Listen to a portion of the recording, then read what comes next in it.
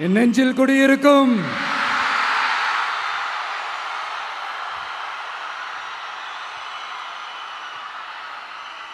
தமிழக மக்கள் உங்கள் அனைவருக்கும் என்னுடைய வணக்கமும் என்னுடைய நன்றிகளும். குறிப்பா திருச்சி கிழக்கு தொகுதி மக்கள் உங்கள் அனைவருக்கும் என்னுடைய ஸ்பெஷல் வணக்கமும் ஸ்பெஷல் நன்றிகளும். இதை நான் ஏன் இப்படி சொல்றேன்னா, என்னை இப்போ பெரம்பூர் தொகுதி எம்எல்ஏன்னு தான் சொல்லுவாங்க. பட் ஆனால் அது எலெக்ஷன் கமிஷனோட அந்த சட்ட விதிகளுக்கு மட்டும்தான் அப்படி. ஆனால் என்னை பொறுத்த வரைக்கும், தமிழ்நாட்டை பொறுத்த வரைக்கும், தமிழ்நாட்டுக்கு எப்படி திருச்சி ஒரு இதயம் மாறியோ, அந்த மாதிரி என்னோட இதயத்துக்கு திருச்சி கிழக்கு தொகுதி மக்களும் ரொம்ப ரொம்ப ரொம்ப க்ளோஸ் தான். அதில் எந்த மாற்றமும் கிடையாது. சரிங்களா?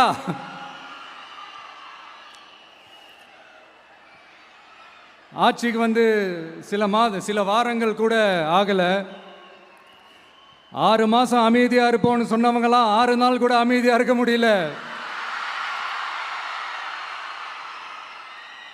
ஆட்சிக்கு அரை மணி நேரத்திலே ஆரம்பிச்சிட்டாங்க. பாவம், ஒரு கல்யாண வீட்டிலலாம் போய் புலம்பிட்டு இருக்காங்க.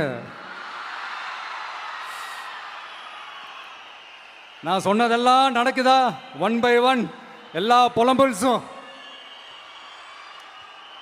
அது மாதிரி இத்தனை வருஷமா மாற்றி மாற்றி உங்களை ஏமாத்திக்கிட்டு இருந்த இந்த 2 பேரையும் வேண்டாம்னு சொல்லி ஒதுக்கிட்டு உங்களுக்காக உண்மையா உழைக்க வந்த உங்க விஜய, உங்க அண்ணனை, உங்க தம்பிய முதல் அமைச்சரா இல்ல முதல் சேவகனா ஆக்கியிருக்கிறீங்க. தலை வணங்கி ஒட்டுமொத்த தமிழக மக்களுக்கும் இந்த நேரத்தில் என்னுடைய நன்றியை தெரிவிச்சுக்கிறேன். இந்த நேரத்தில் எங்களுக்கு ஆதரவு தெரிவித்த அத்தனை இயக்கங்களுக்கும், அத்தனை இயக்கத்தின் தலைவர்களுக்கும் மீண்டும் என்னுடைய நன்றியை தெரிவிச்சுக்கிறேன்.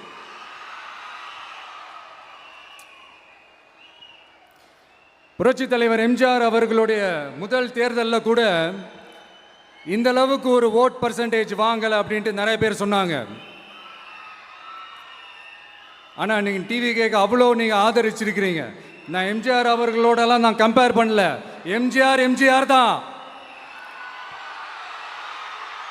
ஆனால் நாம் பெரியார், அண்ணா, எம்ஜிஆர் அவர்கள் வழியில் ஒரு அன்பா உழைக்க வந்த உங்க விஜய், அவ்வளவுதான். 1977 நீங்க போடாத ஓட்டை 2026 நீங்க போட்டிருக்கிறீங்க. என்ன ஒன்று, இன்னும் கொஞ்சம் அதிகமாக ஆதரிச்சிருந்தீங்கன்னா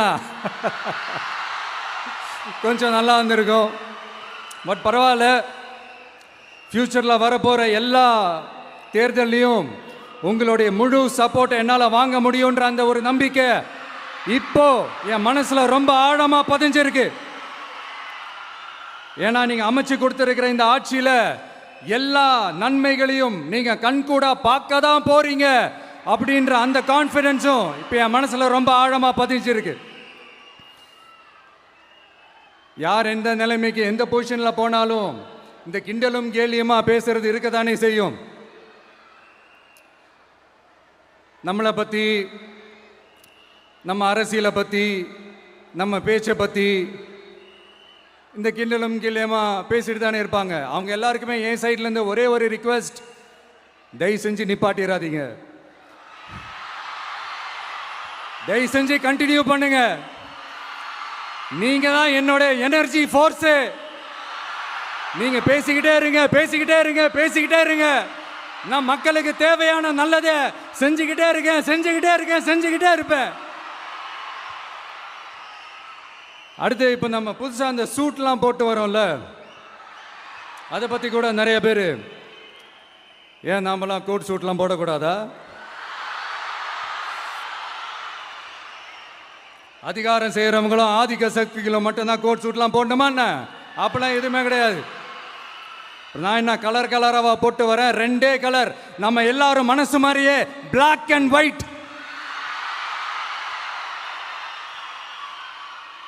எல்லாத்திலும் பிளாக் அண்ட் ஒயிட்டா இந்த விஜய் இருப்பான் அப்படின்னு காட்டுறதுக்கு தான் அந்த கலர். அடுத்து அந்த பிளாக் கூட யாரை குறிக்கும் எதை குறிக்கும்ன்றது நான் சொல்லி தான் தெரியணும்னு அவசியம் இல்லை, அது உங்களுக்கே நல்லா தெரியும். எல்லாத்துக்கும் இப்படி வழக்கம் சொல்லிக்கிட்டு நசன் பேசுகிற டைப்பும் நம்ம கிடையாது. உங்களுக்கே தெரியும், அதிகபட்சமாக எல்லா மீட்டிங்கிலும் 20 நிமிஷம்குள்ளே தான் நான் பேசியிருக்கிறேன்.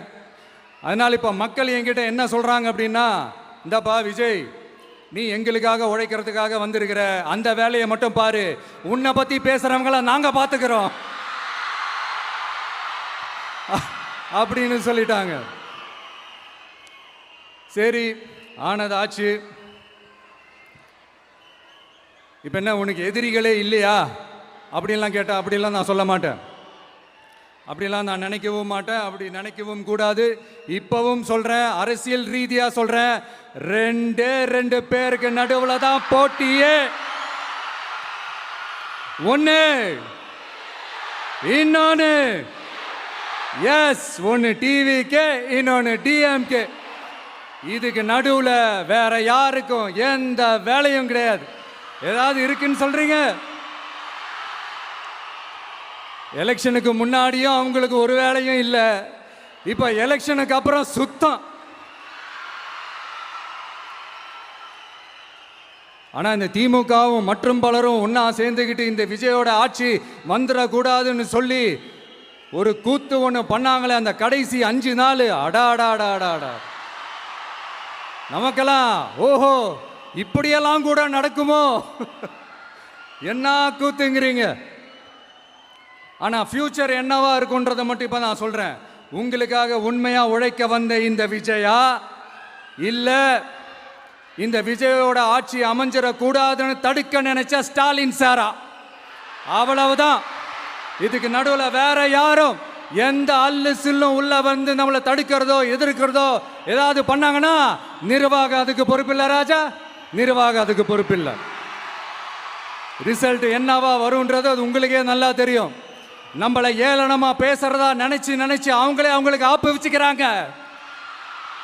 திமுக நம்மளை தடுக்க, திமுக நம்மளை எதிர்க்க, திமுக நம்மளை அவமானப்படுத்த அத்தனையும் நமக்கு நன்மையே.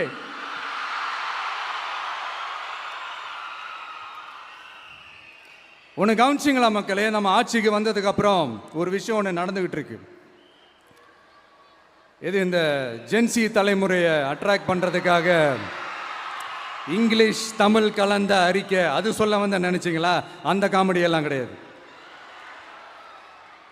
அடுத்து இந்த ரியாலிட்டியை மறந்துட்டு இந்த ரீல்ஸ் போடுறது, அது சொல்ல வந்தீங்களா? அந்த காமெடியும் கிடையாது. இது சீரியஸாக ஒரு விஷயம் நடந்துக்கிட்டு இருக்கு. முன்னெல்லாம் சட்டசபையில் யார் பேசுனா நமக்கு என்ன, யார் அடிச்சுக்கிட்டா நமக்கு என்னன்னு இருந்த கூட்டம்லாம் இப்போ சட்டசபையில் என்ன நடக்குது, என்ன பேசிக்கிறாங்கன்றது ரொம்ப உன்னிப்பாக கவனிக்கிறாங்க. கவனிச்சிங்களா? திமுக ஸ்டைல்லையே சொல்லணும்னா ரீல்ஸ் போட்ட கூட்டம்லாம் இப்போ நியூஸ் பார்த்துக்கிட்டு இருக்கிறாங்க. அதில் நமக்கு சந்தோஷம்தான், பெருமை தான்.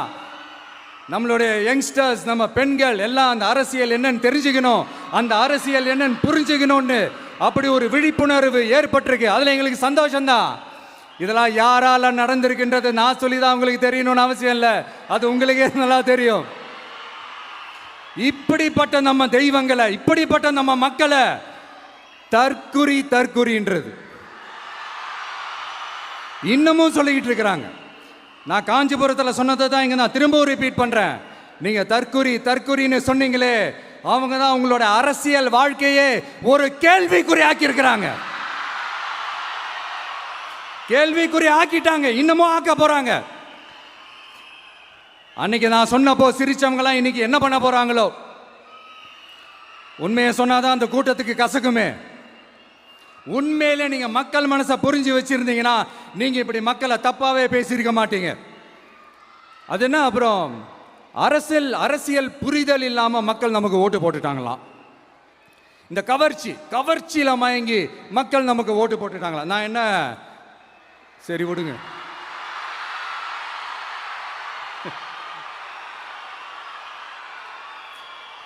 மக்கள் அவங்களுக்கு ஓட்டு போட்டா அந்த மக்கள் நல்லவங்களாம், அதே மக்கள் நமக்கு ஓட்டு போட்டா அந்த மக்கள் கெட்டவங்களா, தற்குறியா. இதே மக்கள் தான் இத்தனை வருஷமா அவங்களுக்கு ஓட்டு போட்டுட்டு இருந்தாங்க. உங்களுக்கு மட்டும் என்ன, வேற ஏதாவது பிளானட்ல இருந்து குதிச்சு ஓட்டு போட்டு போனாங்களா? தற்கொரியாமா, தற்கொரி நல்லா வருது, வேணான்னு பாக்குறேன். எங்க அண்ணன் விஜயகாந்த் அண்ணன் சொல்ற மாதிரி, அண்ணா அவர்கள் ஆரம்பிச்ச கட்சியை ஒரு அடிமை கூடாரமா ஆக்குனது யாருங்க சார்? இப்படியெல்லாம் ஆக்கிட்டு உண்மையை சொல்லு உடன்பிறப்பேவா. உங்களோட அந்த உண்மையான உடன்பிறப்புக்கெல்லாம் என்ன சொல்றாங்க தெரியுமா சார்? திமுக இப்படி ஆனதுக்கு காரணம், அந்த காரணத்தை வெளியிலலாம் போய் தேடாதீங்க, உங்க குடும்பத்துக்குள்ளேயே கேளுங்கிறாங்க. உங்களுக்காக மாடா உழைச்சி தேஞ்சு போய் கிடக்கிறோம். திமுக இப்படி ஆனதுக்கு காரணம் உழைக்காம சொகுசா இருக்கிற உங்க குடும்பத்துக்குள்ளேயே போய் கேளுங்கிறாங்க. ஒவ்வொரு திமுக தொண்டனும் அதை சொல்றாங்க. அதை புரிஞ்சிக்காம நம்மளையும் நம்ம மக்களையும் தப்பா பேசிக்கிட்டு, நீங்க மக்களை தப்பா பேசுனீங்கன்னா இந்த விஜய் வந்து கேள்வி கேட்பான், சும்மா இருக்க மாட்டான். இந்த விஜயும் தமிழ்நாட்டு மக்களும் வேறு வேறு இல்லை. இந்த விஜய் தான் தமிழ்நாட்டு மக்களோட ஒரு உண்மையான ஒரே பிரதிநிதி. இது இன்னைக்கும் சரி, நாளைக்கும் சரி, நாளன்னைக்கும் சரி, இதுதான் நிஜம். மறுபடியும் சொல்றேன், நமக்கும் மக்களுக்கும் இடையே இருக்கிற இந்த பூர்வ ஜென்ம பந்தத்தை, அந்த உறவை ஏதோ இந்த சதிகள் சூழ்ச்சிகள் பண்ணி யாராலையும் எதுவும் கெடுக்கவே முடியாது. கெடுக்க ட்ரை பண்ணீங்க நம்ம ஆட்சிக்கெல்லாம் வரதுக்கு முன்னாடி. என்ன சதிகள், என்ன சூழ்ச்சிகள், என்னென்னலாம் பண்ணி எப்படியெல்லாம் தடுத்துடலான்னு. ஆனால் இப்போ ஆட்சிக்கு வந்த இந்த சாமானிய மக்கள் ஆட்சியை நீங்கள் இந்த எதிர்கட்சியாக இருக்கும் போது ஒன்று யூஸ் பண்ணுவீங்கள்ல, இந்த அறத பழைய டெக்னிக்கு, அதெல்லாம் யூஸ் பண்ணி நம்மளையும் மக்களையும் பிரிச்சலாம்னு நினச்சிங்கன்னா அது ஒரு காலம் நடக்காது. மக்கள்லாம் ரொம்ப தெளிவாயிட்டாங்க சார், ரொம்ப தெளிவாயிட்டாங்க. அதனால ஒரு ஆக்கப்பூர்வமான ஒரு எதிர்கட்சியாக செயல்பட்டு மக்கள் மனசை வெல்ல பாருங்க. இந்த கடைசி லாஸ்ட் 1 மந்த்தாக நடந்த ஒரு சில விஷயங்கள் உங்ககிட்ட நான் ஷேர் பண்ணணும்னு ஆசைப்படுறேன். இந்த 200 யூனிட் மின்சாரம், கட்டணமில்லா மின்சாரம் அறிவித்தோம். அதில் ஆல்ரெடி இருந்த 100 யூனிட் திமுக கொடுத்தது கிடையாது. மேடம் ஜெயலலிதா மேடம் இருந்தப்போ செஞ்சுட்டு போனது. ஸ்டாலின் சார் பதவி போன அந்த கடுப்பில் அறிக்கையா விட்டு தள்ளிக்கிட்டு இருக்கிறாரு. என்ன பண்ணீங்க உங்களோட ஆட்சியில்? மக்கள் பணத்தை, டாஸ்மாக்லேருந்து அடித்த அந்த பணத்தை, ஊழல் செஞ்ச அந்த ஃபைலை க்ளோஸ் பண்ணுறதுக்கு அலையா அலைஞ்சிங்க. ஆனால் இந்த விஜய் மக்களுக்கு தொந்தரவாக இருக்கிற அதே டாஸ்மாக்கை க்ளோஸ் பண்ணா. விவசாயிகளோட அந்த கடனை தள்ளுபடி மேக்சிமம் இந்த 1 மந்த்ல என்ன செய்ய முடியுமோ அதை செஞ்சான். நீங்க தான் அந்த நிதி சம்பந்தமா இருக்கிற எல்லா கேட்டையும் லாக் பண்ணி வச்சுட்டு போயிருக்கிறீங்க. அதை சரி செய்ய வேணாமா? அதை ஒழுங்குபடுத்த வேணாமா? அதனால மறுபடியும் சொல்றேன், இந்த விஜய் பொய் சொல்லி ஏமாத்துறதுக்காகலாம் அரசியலுக்கு வரல. உங்க கூடவே நிக்கிறதுக்காக மட்டும்தான் அரசியலுக்கு வந்திருக்கிறேன். அதுல எந்த மாற்று கருத்துமே கிடையாது. கவலையப்படாதீங்க விவசாய பெருமக்களே. அடுத்து இந்த சட்டம் ஒழுங்கு, அது சரியில்லை இது சரியில்லைன்னு சொல்லி திமுகவும் மற்றும் பலரும் மாறி மாறி கூவுறீங்க. நான் ஒன்று கேட்குறேன், இந்த மாடல் அரசுன்னு சொல்கிறீங்களே, அதில் என்ன செஞ்சு வச்சுட்டு போயிருக்கீங்க? ஒரு ஊர் விடாமல், ஒரு தெரு விடாமல் போதைப் பொருள் கலாச்சாரம் அப்படியே ஸ்ப்ரெட் ஆகி கொட்டி கிடக்குது. அது அப்போவே இனிஷியல் ஸ்டேஜ் அதை நீங்கள் கண்ட்ரோல் பண்ணியிருந்தீங்கன்னா இத்தனை பெண்களை இழக்க வேண்டிய ஒரு சூழ்நிலை ஏற்பட்டிருக்குமா? எல்லாத்தையும் பண்ணிட்டு பழியை தூக்கி ஏன் மேலே போடுறாங்க. நீங்கள் என்ன பழி நம்ம மேலே போட்டாலும் மக்கள் நிம்மதியாக வாழக்கூடிய அந்த செயலை கண்டிப்பாக இந்த விஜய் செஞ்சு தான் காட்டுவான். அதுக்காக தான் எஃபிஷியண்டான போலீஸ் ஆஃபீஸர்ஸ் நான் அப்பாயிண்ட் பண்ணியிருக்கிறேன். எஃபிஷியண்டான அந்த போலீஸ் ஆஃபீஸர்ஸ் டீம் நான் அப்பாயிண்ட் பண்ணியிருக்கிறேன். பெண்கள் பாதுகாப்பான அந்த சிங்கப்பெண் காவல் படை நெக்ஸ்ட் வீக் அதை இனாகரேட் பண்ண போகிறோம். தப்பு செஞ்சவங்களுக்கான தண்டனை, அதுக்கான சார்ஜ் ஷீட் எல்லாமே ரொம்ப ஃபாஸ்ட்டாக ரொம்ப ஸ்பீடாக செய்கிறதுக்கான அந்த வேலையை செய்ய சொல்லியிருக்கிறோம். கோர்ட்டில் கூட தப்பு செஞ்சவங்களுக்கான அந்த கடுமையான தண்டனை வாங்கி கொடுக்கறதுக்கான அந்த வேலையையும் ரொம்ப சீக்கிரமாக செய்ய சொல்லியிருக்கிறோம். அதனால் நீங்கள் என்ன பழி நம்ம மேலே போட்டாலும் உண்மையாக உறுதியாக மக்களுக்கு தேவையான எல்லா விஷயங்களையும் இந்த விஜய் செஞ்சு தான் காட்டுவான். இப்படியெல்லாம் நம்ம சொல்கிறதுனால இவங்க என்ன சொல்லுவாங்க தெரியுமா? அவங்க தான் ஆட்சியிலே இல்லையே, அப்புறம் ஏங்க அவங்கள குறை சொல்றீங்க அப்படின்னு கேட்பாங்க. வேரில் வெந்நியை ஊற்றிட்டு போனவங்கள வெளிச்சம் போட்டு காட்டாமல் பின்ன வேற என்ன சொல்லுவாங்க? இதெல்லாம் மக்கள்கிட்ட நம்ம தெளிவாக எடுத்து சொல்லணும் இல்லையா? அதுக்காக தான் இதெல்லாம் சொல்லிகிட்டு இருக்கிறேன். நம்ம மக்களுக்காக இவ்வளோ வேலை பார்க்குறோம், ஆனால் இவங்க அதையெல்லாம் விட்டுட்டு குதிரை பேரம் பண்ணுறாரு, அது பண்ணுறாரு, இது பண்ணுறாருன்னு சொல்லிட்டு தப்பு தப்பாக கதையெல்லாம் அடித்து விட்டுக்கிட்டு இந்த தீய சக்தியும் தீந்து போன சக்தியும் அதாங்க திமுகவும் மற்றும் பலரும் ஒன்னா சேர்ந்துக்கிட்டு திருட்டுத்தனமா யாருக்கும் தெரியாம ஒரு ஓரமா மூலையில உட்கார்ந்துட்டு பேரம் பேசி கூட்டு சேர்ந்து ஆட்சி அமைச்சு கொள்ளையடிக்க திட்டம் போட்டாங்க. அது ஏன் தெரியுமா? உங்களோட இந்த டிவிக்கு ஆட்சி அமைஞ்சா அவங்க பொழப்பே போயிடும்.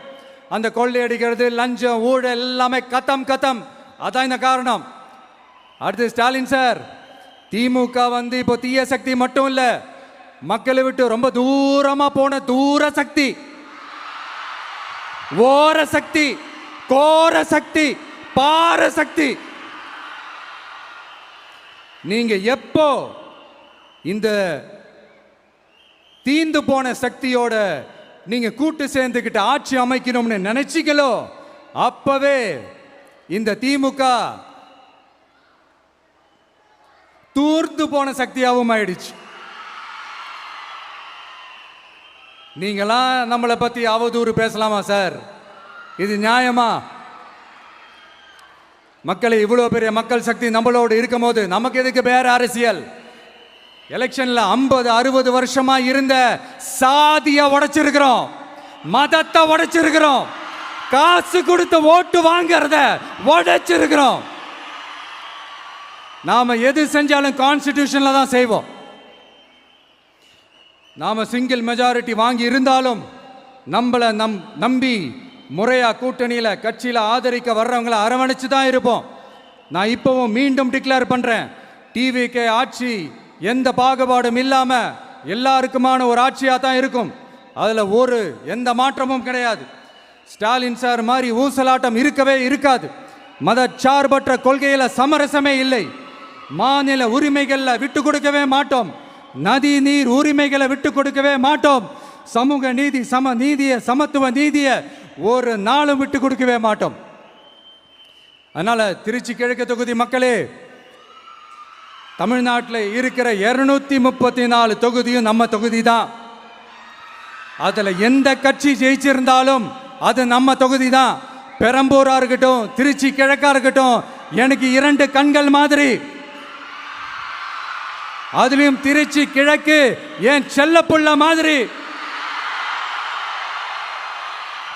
அதனால வரப்போற இடைத்தேர்தல்ல உங்க வீட்டில் இருக்கிற ஒருத்தரை, உங்கள ஒருத்தரை தான் வேட்பாளரா நிக்க வைக்க போறோம்.